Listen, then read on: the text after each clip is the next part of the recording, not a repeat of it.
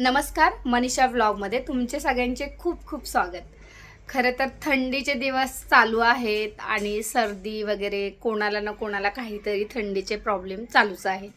मला सुद्धा खूप सर्दी झाली आहे आणि गावी गेले होते नुकतीच आणि गावाला सुद्धा खूप प्रमाणात थंडी आहे. त्यात तब्येतही खूप खराब झाली आहे या 8 दिवसापासून. पण तब्येत खराब आहे त्यामुळेच मी हा एक स्पेशल व्हिडिओ बनवला आहे आणि स्त्रियांसाठी तर खूपच जरुरीचा आहे.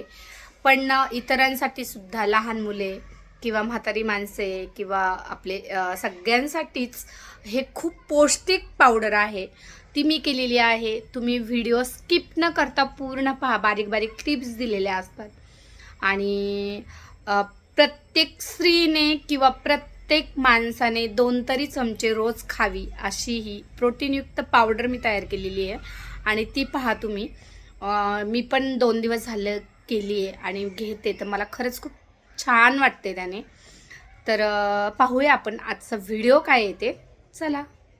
बाजारात 100% नॅचरल म्हणून येणारी पावडर खरंच चांगल्या प्रतीची असते का? त्याचं प्रोडक्ट कधी बनवलेलं असतं हे आपल्याला काही माहीत नसतं. पण आपण ही घरी बनवलेली जी पावडर आहे ना, ही अगदी एकदाच करून तुम्ही 6 महिने वापरू शकता अशी ही प्रोटीनयुक्त पावडर आहे. तुम्ही ही घरीच बनवू शकता. खात्रीशीर 100% तुमची प्रतिकारशक्ती वाढवणारी अशी ही गुणकारी पावडर. तर ही कशी बनवायची ते पाहूया. तर ही पावडर बनवण्यासाठी आपण काय काय साहित्य वापरलं आहे ते प्रथम पाहूया. मी खाली डिस्क्रिप्शनमध्ये जे जे साहित्य वापरलं आहे त्याची लिस्ट तयार करून ठेवलेली आहे, ती तुम्ही चेक करा. यासाठी आपण वापरला आहे डिंक, त्यानंतर ओले खजूर, अक्रोड, काजू, बदाम आणि मनुके, तसेच पिस्ता, अंजीर, वेलची, खसखस, मखाना आणि गूळ, तूप एवढे साहित्य आपण यासाठी वापरलेत. खजुराच्या बिया काढून घेतल्या आणि ड्रायफ्रूट सगळे आपण बारीक कट करून घ्यायचे आहेत आपल्याला, किंवा तुम्ही मिक्सरला जाडसर वाटून घेतले तरीसुद्धा चालतील. खारीक फोडून तिच्या बिया काढून घ्या. तुम्हाला जेवढी बारीक करता येईल हातावर तेवढी बारीक करून घ्या आणि त्यानंतर मग ती मिक्सरला अशी बारीक दळून घ्या. खारकेमध्ये बारीक करताना थोडा खोबऱ्याचा वापर करा, म्हणजे बारीक होताना पटकन बारीक होईल. इथे आपण खारीक खोबरं बारीक करून घेतले. काळ्या रंगाची खारीक आणि पिवळ्या अशा दोन्ही खारका आपण इथे वापरल्यात आणि सोबत खोबऱ्याचा आपण वापर केला आहे. त्यानंतर येथे आपण डिंक तळून घेतला आहे आणि तो मिक्सरला बारीक करून घेतला आहे. हाताने कुस्करून घेतला तरीसुद्धा चालतो. इथे आपण ड्रायफ्रूट बारीक करून घेतलेत. यामध्ये काजू, बदाम, पिस्ता, त्या खारीक आणि खोबरं. आता आपण इथे तूप घेतलेलं आहे आणि हे शुद्ध गाईचं तूप वापरले आपण. यासाठी किमान आपल्याला अर्धा किलो तूप लागणार आहे. मी लोखंडाच्या कढईमध्ये अर्धा किलो तूप गरम करायला घेतले.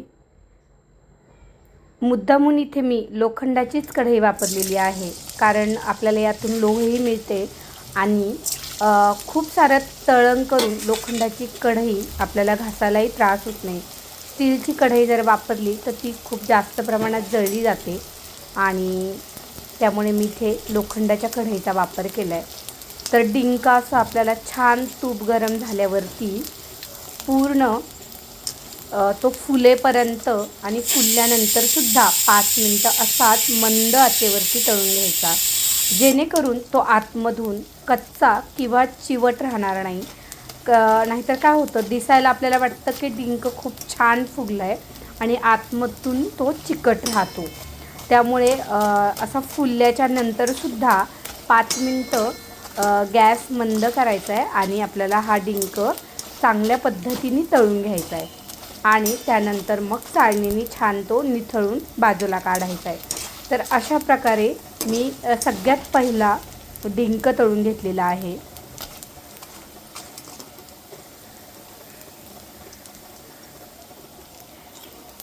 मैत्रिणींनो, रेसिपी सांगताना पूर्ण बारीक बारीक टिप्स सांगितल्या जातात, त्यामुळे कृपा करून स्किप न करता रेसिपी पाहू नका.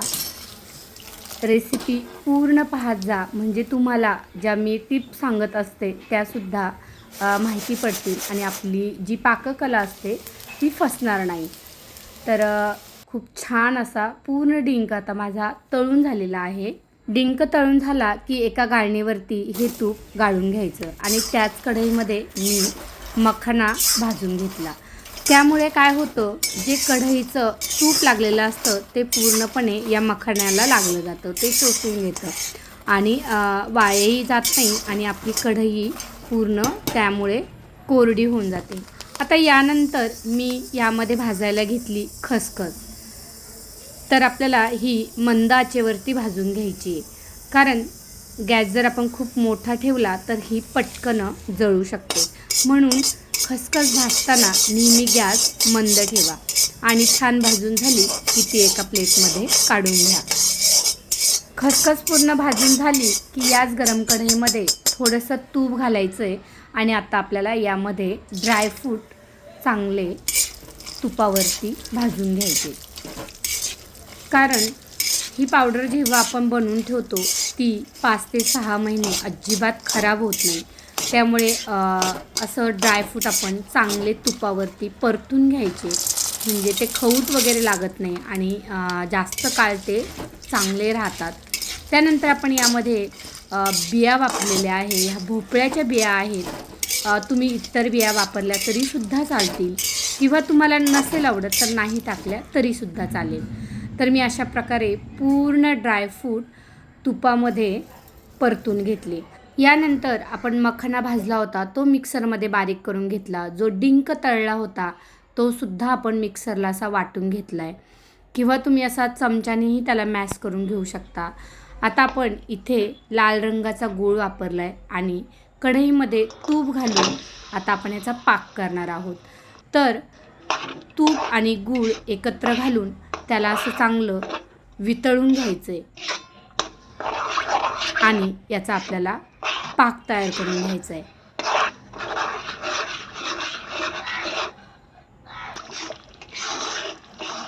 पाच 6 मिनिटे हलवून याचा असा चांगला आपल्याला पाक तयार झाल्याच्या नंतर आपण ज्या सगळ्या पावडरी तयार केलेल्या आहेत त्या एका मोठ्या भांड्यात घेऊन मिक्स करायच्या आहे आणि त्यानंतर हा जो तयार केलेला पाक आहे तो त्या पावडरमध्ये आपल्याला मिक्स करायचा आहे. तर मी पावडरी मिक्स करून घेतल्या. त्यामध्ये वेलची पूड घातली. त्यामध्ये आपण जे खसखस भाजली होती तीसुद्धा मिक्स करून घेतली आणि आता या मिश्रणावर हा पाक ओतून घेतला. आता हा व्यवस्थित आपल्याला मिक्स करून घ्यायचा आहे. तो गरम आहे त्यामुळे हाताला चटके बसणार नाही याची काळजी घ्यायची आणि गरम असतानाच सगळ्या पावडरमध्ये तो असा व्यवस्थित चांगला मिक्स करून घ्यायचा आहे आपल्याला. नंतर थोडा थंड झाला की मग दोन्ही हातांनी त्याला मिक्स करून असा सगळ्या मिश्रणाला लागेल या पद्धतीने ही पावडर आपल्याला बनवायची आहे. तर या पद्धतीने तुम्ही पावडर बनवून ठेवली तर तुम्ही दुधासोबतसुद्धा ही पावडर घेऊ शकता किंवा रोज 2 चमचे अशी प्रोटीनयुक्त पावडर तुम्ही खाऊ शकता. या पावडरमुळे तुम्हाला भरपूर प्रमाणात आपल्या शरीराला आवश्यक असणारे magnesium, potassium, iron, zinc, fibre हे सगळे प्रोटीन आपल्याला यामधून मिळणार आहेत. त्यामुळे तुम्ही याचं सेवन नक्की करा. थंडीच्या दिवसातील रामबाण औषधच आहे हे. तर मैत्रिणींनो, अशी ही प्रोटीनयुक्त आणि पौष्टिक पावडर मी केलेली आहे. तर याचा व्हिडिओ तुम्हाला कसा वाटला आहे मला नक्की कमेंट करून सांगायचं आहे आणि करायला विसरायचं नाही. आपल्याला खरंच याची खूप गरज आहे. महिला स्वतःची काळजी स्वतः घेत नाही आणि आपण नेहमी कामात व्यस्त असतो. आपण घरातल्या सगळ्यांची काळजी घेतो, पण त्याचबरोबर आपल्याला आपलीसुद्धा काळजी घ्यायची आहे. तर इथेच आपण व्हिडिओ संपवणार आहोत. कमेंट करायला विसरू नका. जे नव्याने पाहतात त्यांनी सबस्क्राईब करा आणि तुमच्या इतर मित्रमैत्रिणींना व्हिडिओ शेअर करा. Thanks for watching.